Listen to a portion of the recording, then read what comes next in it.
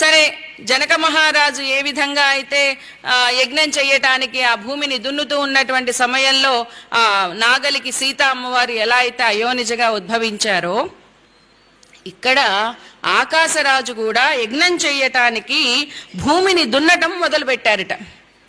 అటువలే భూమి దున్నగా సహస్రదలంబులు కల్గియొప్పు విస్ఫుటతర పద్మమందు పొడసూపిన చూచి నృపాలకుండు నేడిటువలె నబ్జమీ ధరణి నెట్ల జనించే నటంచు చూడ తత్పటుతర కంజ మధ్యమున బాలిక కన్పడెనద్భుతంబుగన్.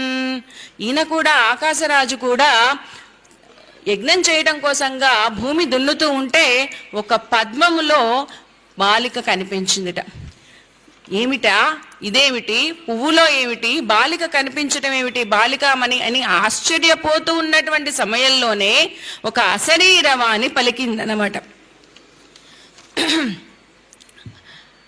అలా పద్మంలో కనిపించినటువంటి బాలికని పెంచుకోవయ్యా, ఈ బాలికని పెంచటం వల్ల నీ వంశం అనేది అభివృద్ధి పొందుతుంది, నీకు మంచి జరుగుతుంది అని అశరీరవాణి పలుకగానే సరే ఆ బిడ్డని తీసుకొచ్చి తన భార్య అయినటువంటి ధరణీదేవికి ఇచ్చి, నీకు దేవుడు దయనిచ్చెనెనరుగాను, భగవంతుడిచ్చినటువంటి బిడ్డ, ఈ బిడ్డని నీ బిడ్డగా నువ్వు సాకు పెంచు అని చెప్పి భార్య అయిన ధరణీదేవికి ఇచ్చాడు.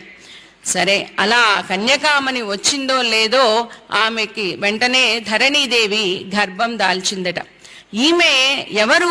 పద్మంలో జన్మించింది అమ్మవారు, అయోనిజ.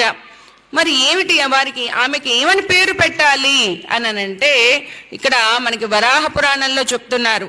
పద్మోదరీం పద్మగర్భాం పద్మజాతాం వరాననాం పద్మాయా అవతారాం తాం మత్వా తస్యాస్తదా కరోత్ అనురూపం నామ కర్మ నామ్నా పద్మావతీతి చ.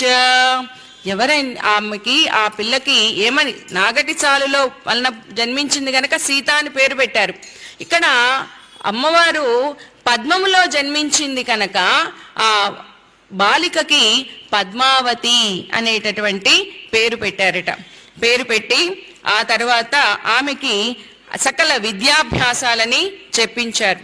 ఎప్పుడైతే ఈ పద్మావతీదేవి ఆ ఆకాశరాజ ఇంటిలో అడుగు పెట్టిందో వెంటనే ధరణీదేవి గర్భం ధరించింది. నెలలు నిండగానే పండంటి మగబిడ్డని ప్రసవించింది. వానికి